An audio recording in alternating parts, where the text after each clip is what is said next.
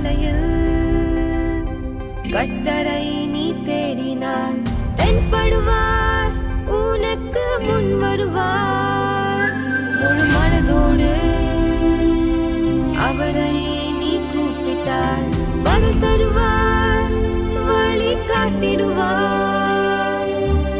மகளிர் மன்றாட்டு ஜெப நேரம், மன்றாடி ஜெபிக்க இரு தருணம். மகளிர் மன்றாட்டு ஜெப நேரம், மன்றாடி ஜெபிக்க இரு தருணம்.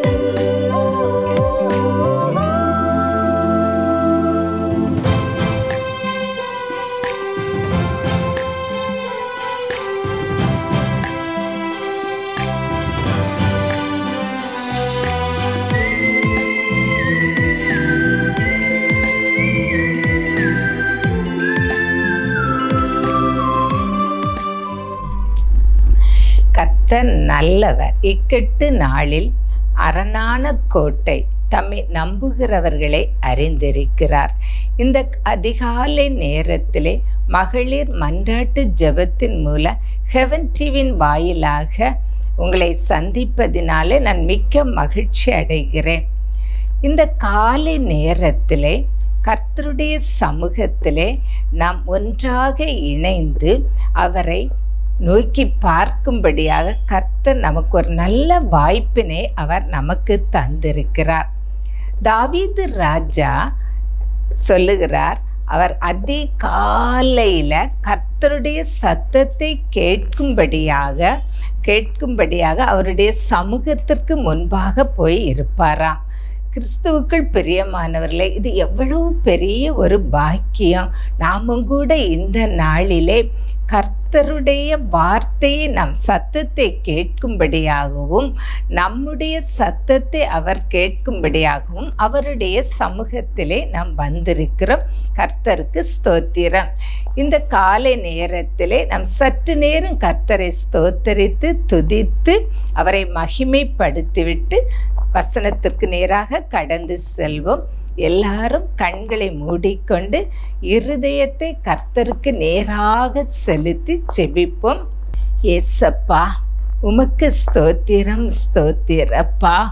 ஆண்டவரே, இந்த காலை நேரத்திலே அப்பா உம்முடைய பிள்ளைகளாகிய நாங்கள் அப்பா உம்முடைய சமூகத்திலே நாங்கள் வந்திருக்கிறப்பா. எங்களுடைய சத்தத்தை நீர் கேட்கும்படியாகவும் உம்முடைய சத்தத்தை நாங்கள் கேட்கும்படியாகவும் அப்பா நீர் எங்களுக்கு தந்த கிருபைக்காக நாங்கள் உமக்கு நன்றி செலுத்துகிறப்பா. உமக்கு நன்றி அப்பா, நன்றி.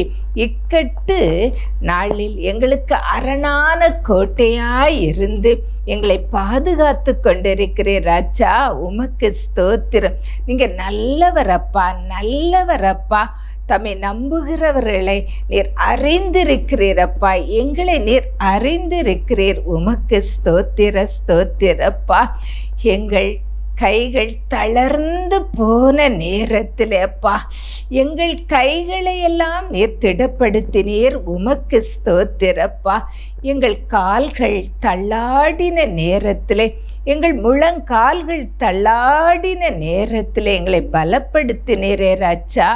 உமக்கு ஸ்தோத்திரப்பா, ஸ்தோத்திரப்பா. எங்களுடைய வாழ்க்கையிலே நீங்கள் இருக்கிறவராய் இருக்கிறீர். உமக்கு ஸ்தோத்திர, ஸ்தோத்திரப்பா. அப்பா உமக்கு ஸ்தோத்திரம். நீர் எங்களுக்கு ஒவ்வொரு நாளும் தருகிற சுகத்திற்காக உமக்கு ஸ்தோத்திரம். ஜீவனுக்காக ஸ்தோத்திரம். உணவுக்காக, உடைக்காக, தங்குகிற இடத்திற்காக உமக்கு ஸ்தோத்திரப்பா. உமக்கு ஸ்தோத்திரப்பா. உம்மை தேடுகிற யாவரையும் ஆண்டவரை சந்தோஷப்படுத்துகிற கர்த்தர் நீரப்பா. நாங்கள் உம்மை தேடி வந்திருக்கிறப்பா. இந்த காலை நேரத்திலே ஆண்டவரே நீர் எங்களை இந்த நாளிலே எங்களை சந்தோஷப்படுத்தி அனுப்பும்படியா இயேசுவின் நாமத்தினால் நான் செபிக்கிறேன்ப்பா. இந்த நாளில் நாங்கள் தியானிக்க போகிற உம்முடைய வார்த்தைகளை நீர் ஆசீர்வதித்து தரும்படியா இயேசுவின் நாமத்தினால் செபிக்கிறேன் நல்ல பிதாவே, ஆமேன். இந்த காலை நேரத்திலே நாம் தியானிக்கும்படியாக நான் எடுத்துக்கொண்ட வசனம் 1 நாளாகமம் 28வது அதிகாரம் 9வது வசனம். என் குமாரனாய சாலொமோனே, நீ உன் பிதாவின் தேவனை அறிந்து அவரை உத்தம இருதயத்தோடும் உற்சாக மனதோடும் சேவி. கர்த்தர் எல்லா இருதயங்களையும் அறிந்திருக்கிறார். நீ அவரை தேடினால் உனக்கு அவர் தென்படுவார். நீ அவரை விட்டுவிட்டால் அவர் உன்னை என்றென்றைக்கும் கைவிடுவார். இதே வசனம் பொது மொழிபெயர்ப்பில் இப்படியாக எழுதப்பட்டிருக்கிறது. என் மகனே சாலொமோன், நீயோ உன் தந்தையின் கடவுளை அறிந்து முழு மனதோடும் ஆர்வமிக்க உள்ளத்தோடும் அவருக்கு ஊழியம் செய். ஏனெனில் ஆண்டவர் எல்லா இருதயங்களையும் ஆய்ந்தறிந்திருக்கிறார், எல்லா திட்டங்களும் எல்லா எண்ணங்களையும் பகுத்தறிகிறார். நீ அவரை தேடினால் கண்டடைவாய். நீ அவரை புறக்கணித்தால் அவர் உன்னை என்றென்றும் கைவிடுவார். இங்கே பாருங்கள், தாவீது ராஜா தன் குமாரனாய சாலொமோனுக்கு சொன்னது இந்த வசனம். இந்த வசனத்தை நாம் பார்க்கும்போது இதில் 2 பகுதிகள் காணப்படுகிறது. முதற் பகுதி தாவீது ராஜா தன் குமாரனாய சாலொமோனுக்கு சொன்ன அறிவுரை. நீ அவரை தேடினால் அவர் உனக்கு தென்படுவார். முதல் பகுதி, நீ அவரை தேடினால் அவர் உனக்கு தென்படுவார் என்கிற அறிவுரையும், 2வது பகுதி ஒரு எச்சரிப்பு. நீ அவரை விட்டுவிட்டால் அவர் உன்னை என்றென்றைக்கும் கைவிடுவார் என்கிற எச்சரிப்பையும் கொடுப்பதை நாம் பார்க்கிறோம்.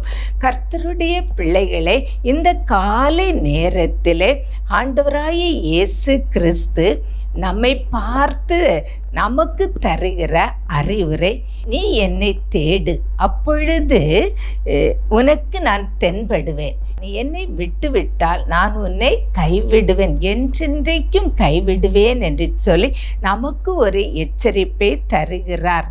இதே வசனத்தை, இதே வார்த்தையை நாம் நம்முடைய பிள்ளைகளுக்கு சொல்ல வேண்டும். நீ அவரை தேடினால் உனக்கு தென்படுவார், நீ அவரை விட்டுவிட்டால் அவர் உன்னை என்றென்றைக்கும் கைவிடுவார் என்று கர்த்தருடைய பிள்ளை, நாம் நம்முடைய பிள்ளைகளுக்கு இப்படிப்பட்ட அறிவுரைகளையும் எச்சரிப்பையும் கொடுக்கிறோமா என்று சொல்லி நாம் நம்மை சிந்தித்து பார்க்க வேண்டும். சாலொமோன் ராஜா மிகுதியான ஞானத்தையும் புத்தியும் கடற்கரை மணலதனைய மனவிருத்தியும் அதோடு கூட ஏராளமான ஐஸ்வர்யத்தையும் பெற்றிருந்தார். கர்த்தர் சாலொமோனுக்கு கொடுத்திருந்தார். இவைகள் எல்லாம் சாலொமோன் வாழ்நாள் முழுவதும் சந்தோஷமாய் மகிழ்ச்சியாய் வாழ போதும் என்று தாவீது ராஜா நினைக்கவில்லை. காரணம், அவர் நன்கு அறிந்திருந்தார், மனுஷன் உலகம் முழுவதையும் ஆதாயப்படுத்தி கொண்டாலும் தன் ஜீவனை நஷ்டப்படுத்தினால் லாபம் என்ன என்பதை யோவான் 14வது அதிகாரம் 16வது வசனத்தில் இயேசு சொன்னார், நானே வழியும் சத்தியமும் ஜீவனுமாய் இருக்கிறேன் என்று. நமக்கு ஜீவனாய் இருக்கிறவர் ஆண்டவராய் இயேசு கிறிஸ்து. அவரை நாம் தேடாமல் விட்டுவிட்டால் இந்த உலகத்திலே நம் இருந்து எந்த ஒரு பிரயோஜனம் இல்லை. நம் ஜீவனை நஷ்டப்படுத்தினால் லாபம் கிடையாது என்பதை தான் தாவீது தன்னுடைய குமாரனுக்கு சொன்ன அறிவுரையும் எச்சரிப்பும். கர்த்தருடைய பிள்ளையே, கர்த்தரை நாம் என்ன செய்ய வேண்டும்? தேட வேண்டும். கர்த்தரை நம்ம தேடும் போதுதான் அவர் நமக்கு தென்படுவார். நாம் கர்த்தரை எப்பொழுது தேட வேண்டும்? ஏசாயா 55வது அதிகாரம் 6வது வசனத்தில் சொல்லப்பட்டிருக்கிறது, கர்த்தரை கண்டடையத்தக்க சமயத்தில் தேடுங்கள் என்று. கர்த்தரை நாம் கண்டடையத்தக்க சமயத்தில் தேட வேண்டும். அந்த கண்டடையத்தக்க சமயம் எது? 2 கொரிந்தியர் 6வது அதிகாரம் 2வது வசனத்தில் சொல்லப்பட்டிருக்கிறது, இதோ இப்பொழுதே அனுக்கிரக காலம், இப்பொழுதே இரட்சணிய நாள், இப்பொழுதே அனுக்கிரக காலம், இப்பொழுதே இரட்சணிய நாள். அப்போ இன்றைக்கே நாம் என்ன செய்ய வேண்டும்? கர்த்தரை நாம் தேட வேண்டும். இந்த நாள் நமக்கு கொடுக்கப்பட்ட நாள். நாளை என்பது நமக்கு தெரியாது. நாளை நாம் இருக்கிறோமோ இல்லையோ என்று கூட நமக்கு தெரியாது. ஆகவே இந்த நாளிலே நாம் கர்த்தரை நாம் தேட வேண்டும். கர்த்தரை நாம் தேடும்போது அவர் நமக்கு தென்படுவார். கர்த்தரை நாம் தேடும்போது கர்த்தர் நம்முடைய வாழ்க்கையிலே நன்மையானதை செய்வார். நன்மையான எந்த ஈவும் பூரணமான எந்த வரமும் வரத்திலிருந்து உண்டாகி ஜோதிகளின் பிதாவினிடத்திலிருந்து இறங்கி வருகிறது. நாம் கர்த்தரை தேடும்போது கர்த்தர் நம்முடைய இருதயங்களை மகிழ்விப்பார். சங்கீதம் 105 3வது வசனத்தில் தாவீது இப்படியாக சொல்லுகிறார், அவருடைய கர்த்தருடைய பரிசுத்த நாமத்தை குறித்து மேன்மை பாராட்டுங்கள், கர்த்தரை தேடுகிறவர்களின் இருதயம் மகிழும் என்று. இங்கே பாருங்கள், தாவீது சொல்லுகிறார் கர்த்தரை தேடுகிறவர்களுடைய இருதயம் மகிழும் என்று. அப்போ யாருடைய இருதயம் மகிழுமா? கர்த்தரை தேடுகிறவர்களுடைய இருதயம் மகிழும். கர்த்தரை தேடுவது எப்படி? கடைகளில் போய் பொருட்களை தேடுவது போல நாம் தேட முடியாது. வேதத்தை வாசிப்பதன் மூலம், ஜெபிப்பதன் மூலம், கர்த்தருடைய காரியங்களை நாம் உற்சாகத்தோடு செய்வதன் மூலம், ஆலயத்திற்கு போவது மூலம், இப்படியாக நாம் கர்த்தரை நாம் தேட வேண்டும்.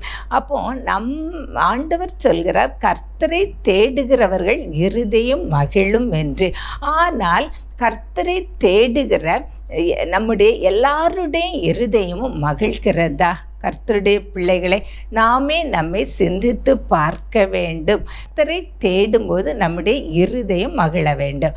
அப்போ கர்த்தரை தேடுகிறதிலும் 2 விதம் உண்டு. ஒன்று, முழு இருதயத்தோடு நாம் கர்த்தரை தேடுவது. எரேமியா 29வது அதிகாரம் 13வது வசனத்தில் சொல்லப்பட்டிருக்கிறது, உங்கள் முழு இருதயத்தோடும் என்னை தேடினீர்களானால் என்னை தேடுகையில் கண்டுபிடிப்பீர்கள் என்று சொல்லி. அப்போ முழு இருதயத்தோடு என்ன செய்யணும்? கர்த்தரை தேட வேண்டும்.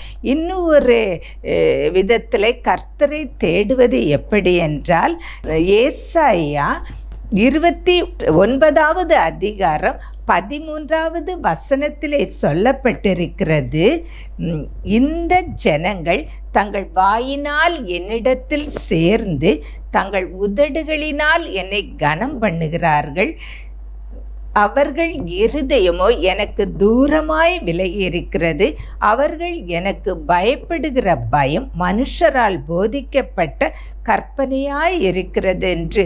கர்த்தருடைய பிள்ளைகளை இங்கே பாருங்கள், கர்த்தர் சொல்கிற இந்த ஜனம் தங்கள் வாயினால் என்னிடத்தில் சேர்ந்து, அதாவது வாயினால் நன்றாக ஜெபிப்பார்கள், வாயினால் கர்த்தருடைய வார்த்தையை குறித்து பேசுவார்கள், இப்படி வாயினால் எல்லாமே செய்வார்கள். ஆனால் இவர்களுடைய இருதயம் எப்படி இருக்குமாம்? கர்த்தரை விட்டு தூரமாய் இருக்குமா? அப்போ நம்முடைய இருதயங்களை கர்த்தர் மகிழ பண்ண வேண்டுமானால் நம்முடைய இருதயம் கர்த்தரோடு ஒன்றியிருக்க வேண்டும். கர்த்தரை விட்டு தூரமாய் இருந்தால் நம்மால் மகிழ்ச்சியாக இருக்க முடியாது. கர்த்தருடைய மகிழ்ச்சியை நாம் பெற்றுக்கொள்ள முடியாது. நம்முடைய இருதயம் எப்படி தூரமாய் இருக்கிறது? உபாகமம் 18வது அதிகாரம் 13-14 வசனங்களை நாம் வாசித்து பார்க்கின்ற வேளையிலே அங்கே சொல்லப்பட்டிருக்கிறது, உன் தேவனாய கர்த்தருக்கு முன் நீ உத்தமனாய் இருக்க கடவாய், நீ துரத்திவிட போகிற இந்த ஜாதிகள் நாள் பார்க்கிறவர்களும் குறி சொல்லுகிறவர்களுக்கு செவி கொடுக்கிறார்கள், நீ அப்படி செய்கிறதற்கு உன் தேவனாய கர்த்தர் உத்தரவு கொடார் என்று சொல்ல. இங்கே பாருங்கள், கர்த்தர் பிரியமில்லாத காரியம் என்னது நாள் பார்க்கிறது, குறி சொல்லுகிறவர்களுக்கு செவி கொடுக்கிறது. அப்போ இன்னைக்கு நாம் பார்க்கும்போது அநேக கிறிஸ்தவர்கள் இயேசுவை அறிந்தவர்கள் கூட நல்லா ஜெபிக்கிறாங்க, வேதத்தை வாசிக்கிறாங்க, எல்லாமே கர்த்தருடைய காரியத்தை வாயினாலும் உதடுகளினாலும் செய்கிறார்கள். ஆனால் இருதயம் எங்கே இருக்கு? தூரமாக நாள் பார்க்கிறார்கள். நாள் பார்க்கிறார்கள். ஒரு வீட்டில் ஒரு முக்கியமான நிகழ்ச்சி வைக்க வேண்டுமானால் என்ன செய்கிறார்கள்? நாள் பார்க்கிறார்கள். இப்படி எல்லா காரியத்திலும் கர்த்தருக்கு விட்டு இருதயத்தை விலக்கி வாழ்ந்து கொண்டிருக்கிற ஜனங்கள் இன்றைக்கு அநேகர் இருக்கிறார்கள். கர்த்தருடைய பிள்ளையை நீ கூட ஒருவேளை இப்படிப்பட்ட இருதயமானது கர்த்தரை விட்டு உனக்கு தூரமாய் விலகி இருக்குமானால் இந்த நாளில் நீ உன்னை கர்த்தரிடத்திலே ஒப்புக்கொடு. கர்த்தரிடத்தில் மன்னிப்பு கேளு. ஏசப்பா, இப்படிப்பட்ட குணம் என்னிடம் காணப்படுகிறது, உமக்கு பிரியமில்லாதது காணப்படுகிறது, என்னுடைய இருதயம் உம்மை விட்டு தூரமாய் இருக்கிறதப்பா, என்னை மன்னியும் என்று சொல்லி நாம் முழு இருதயத்தோடு கர்த்தரை நாம் தேடும்போது கர்த்தர் நம்முடைய இருதயத்தை என்ன செய்வார்? மகிழ்விப்பார். 2 நாளாகமும் 14, 15, 16 வசனங்களை அதிகாரங்களை நாம் வாசித்து பார்க்கின்ற வேளையிலே அங்கே யூதாவின் 3வது ராஜாவாகிய ஆசாவை குறித்து சொல்லப்பட்டிருக்கிறது. இந்த யூதாவின் ராஜா ஆசா கர்த்தருடைய பார்வைக்கு நன்மையும் செம்மையானவைகளை செய்து வந்தார். இவர் அந்நிய தேவர்களுடைய பலிபீடங்களையும் மேடைகளையும் அகற்றி போட்டார், சிலைகளை உடைத்து போட்டார், விக்கிரக தோப்புகளை அழித்தார். தம்முடைய ஜனங்கள் எல்லாரையும் கர்த்தருக்கு நேராக திருப்பி நியாயப்பிரமாணத்தின்படியும் கற்பனைகளின்படியும் நடக்க கற்பித்த ஒரு ராஜா. 15வது அதிகாரம் 15வது வசனத்தை நாம் பார்க்கும்போது எப்படியாக சொல்லப்பட்டிருக்கிறது? இந்த ஆணைக்காக யூதா ஜனங்கள் யாவரும் சந்தோஷப்பட்டார்கள். தங்கள் முழு இருதயத்தோடு ஆணையிட்டு தங்கள் முழு மனதோடும் அவரை தேடினார்கள். கர்த்தர் அவர்களுக்கு வெளிப்பட்டு சுற்றுப்புறத்தாரால் யுத்தமில்லாதபடிக்கு அவர்களை இளைப்பாற பண்ணினார் என்று சொல்லி இங்கே பாருங்கள். இந்த ஆசா தம்முடைய ஜனங்களுக்கு என்ன ஒரு கட்டளை, ஒரு உத்தரவை கொடுத்திருந்தால், அதாவது உடன்படிக்கை, எல்லாரும் கர்த்தரை என்ன செய்யணும்? முழு மனதோடு தேடனாதான் 12வது வசனத்தில் சொல்லப்பட்டிருக்கிறது. தங்கள் பிதாக்களின் தேவனாய கர்த்தரை தங்கள் முழு இருதயத்தோடும் தங்கள் முழு ஆத்மாவோடும் தேடுவோம் என்றும் சிறியோர் பெரியோர் ஸ்ரீ புருஷர் எல்லாரிலும் இஸ்ரவேலின் தேவனாய கர்த்தரை தேடாதவன் எவனோ அவன் கொலை செய்ய வேண்டும் என்று ஒரு உடன்படிக்கை செய்து மகா சத்தத்தோடும் கெம்பீரத்தோடும் பூரிகைகளோடு எக்காலங்களோடும் கர்த்தருக்கு முன்பாக ஆணையிட்டார்கள். இந்த ஆணைக்காக யூதா ஜனங்கள் யாவரும் சந்தோஷப்பட்டார்கள்.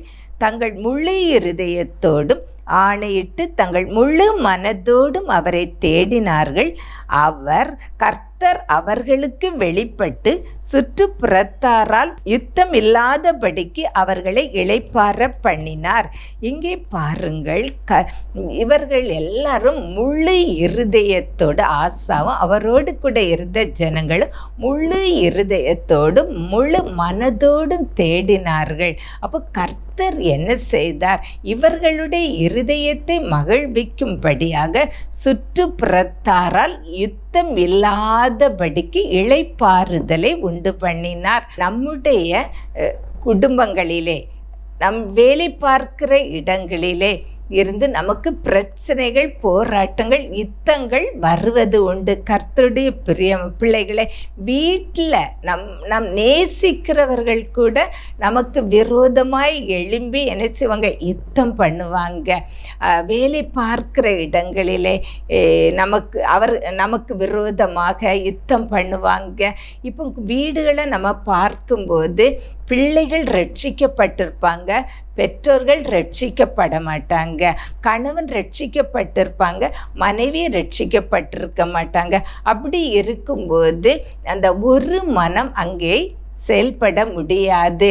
ரட்சிக்கப்பட்டவர்களுடைய மனமும் ரட்சிக்கப்படாதவங்களுடைய வேறுபட்டு இருக்கும். அப்போ எப்பொழுதுமே ஒரு கருத்து வேறுபாடு அந்த குடும்பங்களிலே நடைபெற்று கொண்டே இருக்கும். நாம் வேலை பார்க்கிற இடத்திலும் சரி, படிக்கிற இடத்திலும் சரி, அந்த கருத்து வேறுபாடு நடந்து கொண்டே இருக்கும். சமாதானம் இருக்காது, ஒரு சந்தோஷம் இருக்காது. இந்த சூழ்நிலையில் நாம் என்ன செய்ய வேண்டும்? இந்த ஆசா ராஜாவை போல நாமும் என்ன செய்யணும்? கர்த்தரை முழு இருதயத்தோடும் முழு ஆத்துமாவோடும் நாம் தேட வேண்டும். நம்முடைய இருதயத்தில் ஆண்டவருக்கு பிரியமில்லாத காரியங்கள் காணப்படுமானால் இந்த ஆசா என்ன செய்தார்? தேசத்தில் இருப்பதையெல்லாம் அவர் அகற்றி போட்டார். அதே போல நம்முடைய இருதயங்களிலே இருக்கிற கர்த்தருக்கு பிரியமில்லாத காரியங்கள் எல்லாவற்றையும் நாம் என்ன செய்ய வேண்டும்? அகற்றி போட்டுவிட்டு முழு இருதயத்தோடு நாம் கர்த்தரை தேடும்போது அவர் நமக்கு தென்படுவார், அவர் நமக்கு வெளிப்படுவார். அது எந்த காரியமாக இருந்தாலும் சரி, உங்கள் பிள்ளைகளுடைய படிப்பின் பகுதியாக இருக்கலாம், எந்த காரியமாக இருந்தாலும் நம் முழு மனதோடு கர்த்தரை நாம் தேடும்போது அந்த பகுதியில் கர்த்தர் என்ன செய்வார்? யுத்தம் இல்லாதபடிக்கு கர்த்தர் சத்துருக்களை விலக்கி நமக்கு ஒரு சமாதானத்தையும் சந்தோஷத்தையும் கட்டளையிடுவார். இதே ஆசா ராஜா என்ன செய்தார்னா, பின் நாட்களில் 16வது அதிகாரத்தை நாம் வாசித்து பார்க்கும்போது கர்த்தரை விட்டு விலகி விட்டு பரிகாரிகளை தேடினார் என்று சொல்லி பார்க்கிறோம். 2 நாளாகமும் 16வது அதிகாரம் 12வது வசனம். ஆசா அரசாண்ட 39ஆம் வருஷத்திலே தன் கால்களில் வியாதி கண்டு அவன் நோவு மிகவும் உக்கிரமாய் இருந்தது. அவன் தன் வியாதியில் கர்த்தரை அல்ல பரிகாரிகளையே தேடினார் என்று சொல்லி பாருங்கள். கர்த்தரை தேடி அவர் கர்த்தர் நிமித்தம் சுற்றுப்புறத்தாரால் யுத்தம் இல்லாதபடி ஒரு அமைதலான இளைப்பான ஒரு நல்ல சந்தோஷமான ஒரு வாழ்க்கையை கர்த்தர் கொடுத்திருந்தார். ஆனால் இவர் பின் நாட்களில் அவர் சரீரத்தில் வியாதி வந்தவுடனே என்ன செய்கிறார்?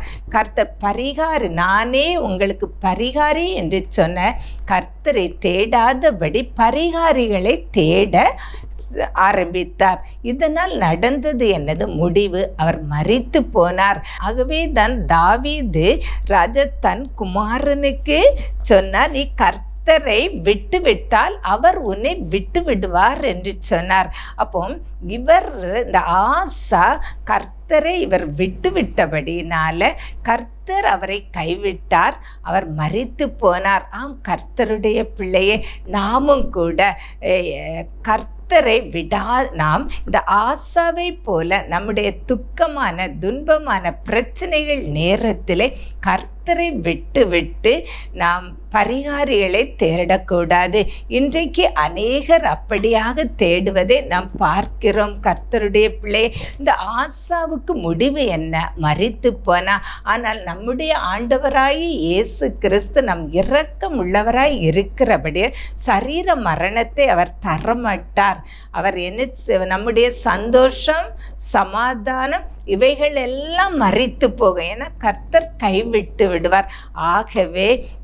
ஆகவே நாம் என்ன செய்ய வேண்டும்? கர்த்தரை நாம் முழு மனதோடு நாம் தேட வேண்டும். நாம் கர்த்தரை கர்த்தரை முழு மனதோடு தேடும்போது அவர் நமக்கு தென்படுவார். நாம் அவரை விட்டு விடும்போது அவர் என்றென்றைக்கு நம்மை கைவிட்டு விடுவார். கர்த்தர் தாமே இந்த வார்த்தைகளை ஆசீர்வதிப்பாராக. சிறிது நேரம் நான் ஜெபிப்போம். நேற்றும் இன்றும் மாறாத எங்கள் அன்பின் பரலோக தகப்பனே, அப்பா உமக்கு ஸ்தோத்திரம். உம்மை நன்றியோடு நாங்கள் ஸ்தோத்தரிக்கிறோம், துதிக்கிறப்பா. ஆண்டவரே, நீ உம்மை நாங்கள் தேடும் போது நீர் எங்களுக்கு தென்படுகிறவரப்பா. ஏசப்பா உமக்கு ஸ்தோத்திரப்பா. இந்த அதிகாலை நேரத்திலே உம்முடைய பிள்ளைகளாகிய நாங்கள் உம்முடைய சமூகத்திலே வந்து உம்மை தேடுகிறப்பா, உம்மை நோக்கி பார்க்கிறோம் அப்பா. நீர் எங்களுக்கு தென்படுங்க, நீர் எங்களுக்கு தென்படுங்கப்பா.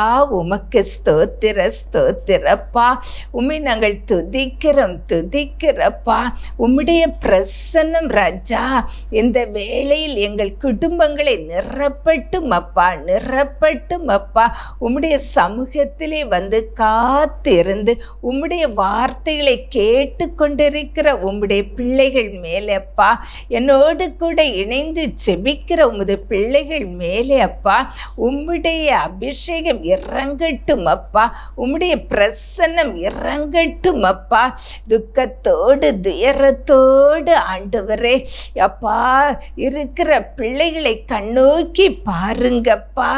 என் வாழ்க்கை முழுவதும் இப்படிதான் துக்கமா, இப்படிதான் வேதனையாய் என்று சொல்லி அப்பா சோர்வோடு அப்பா கண்ணீரோடு இருக்கிற பிள்ளைகளை கண்ணோக்கி பார்த்து இந்த நாளிலே இந்த நேரத்திலே அப்பா துக்கங்களை சந்தோஷமாய் மாற்றி ஆண்டவரே மகிழ்ச்சியோடு அப்பா சுற்றுப்புறத்தாரால் யுத்தம் இல்லாதபடிக்கு அப்பா அமைதலான ஒரு வாழ்க்கையை ஏற்படுத்தி தரும்படியா இயேசுவின் நாமத்தினால் ஜெபிக்கிறோம் ஆண்டவரே.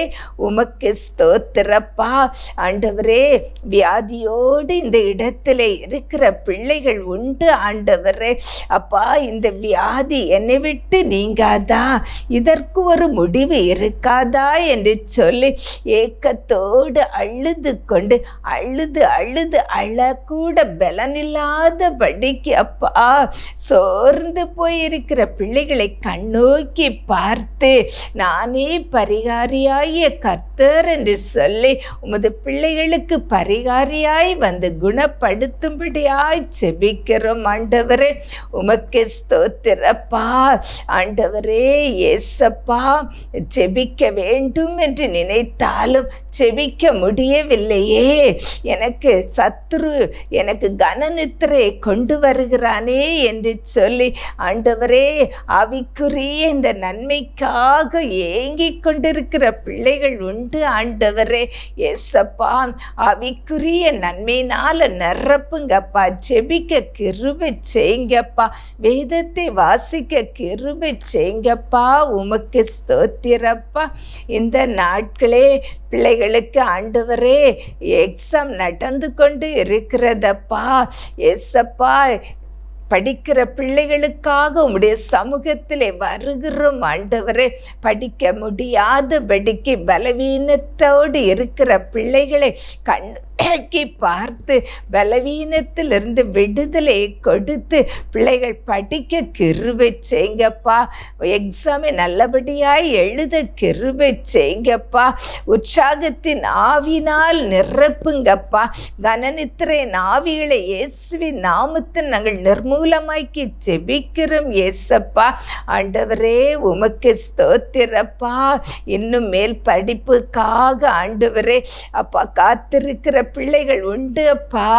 ஏசப்பா, பிள்ளைகள் விரும்பின படிப்புக்கு படிக்க ஆண்டவர் அப்பா பிள்ளைகளுக்கு இடத்தை ஆயத்தப்படுத்தி கொடுங்கப்பா. உமக்கு ஸ்தோத்திரம்.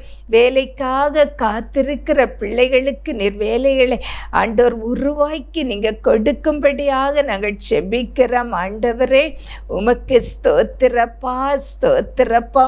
திருமணத்திற்காக காத்திருக்கிற பிள்ளைகளுக்கு ஏற்ற வாழ்க்கை துணையை நீர் நீர் கொடுக்கும்படியாக நாங்கள் செபிக்கிறோம் தகப்பனே. உமக்கு ஸ்தோத்திரப்பா.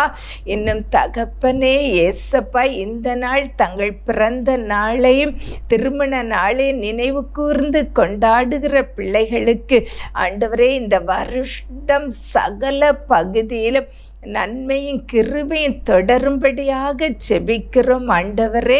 உமக்கு ஸ்தோத்திரப்பா. இன்னும் ஆண்டவரே, ஹெவன் டிவி ஸ்தாபகர் பிரதர் மேத்யூவுக்காக நாங்கள் குடும்பத்திற்காக செபிக்கிறப்பா. அவர் செய்கிற ஊழியங்களை ஆண்டவரே நீர் ஆசீர்வதித்து கொடுக்கும்படியாக நாங்கள் செபிக்கிறப்பா. உமக்கு ஸ்தோத்திரப்பா. நாங்கள் உம்மை முழு இருதயத்தோடு முழு ஆத்துமாவோடு தேட கிருபை செய்யுங்கப்பா. இந்த நாளிலே அப்பா, கேட்ட உம்முடைய வார்த்தைகள் உமது பிள்ளைகளுக்கு இருதயத்தில் கிரியை செய்யும்படியாய் செபிக்கிறேன். இந்த நாள் முழுவதும் நன்மையும் கிருபையும் ஆண்டவரே எங்களை தொடரும்படி இயேசுவின் நாமத்தில் செபிக்கிறோம் நல்ல பிதாவே. ஆமேன் ஆமேன். துவைக்கவும் என்று நான் இருந்தேன், ஜெபிக்கவும் கொடுக்கவும் என்று தான் உணர்ந்தேன். சமைக்கவும் துவைக்கவும் என்று நான் இருந்தேன், ஜெபிக்கவும் கொடுக்கவும் என்று தான் உணர்ந்தேன். முழங்காலில் நின்று துவக்கம் புதிதானது, தாவினால் துதித்து நன்னாளாய் பிறந்தது. முழங்காலில் நின்று துவக்கம் புதிதானது, நாவினால் துதித்து நன்னாளாய் பிறந்தது. மகளிர் மன்றாட்டு ஜெப நேரம், மன்றாடி ஜெபிக்க இது தருணம்.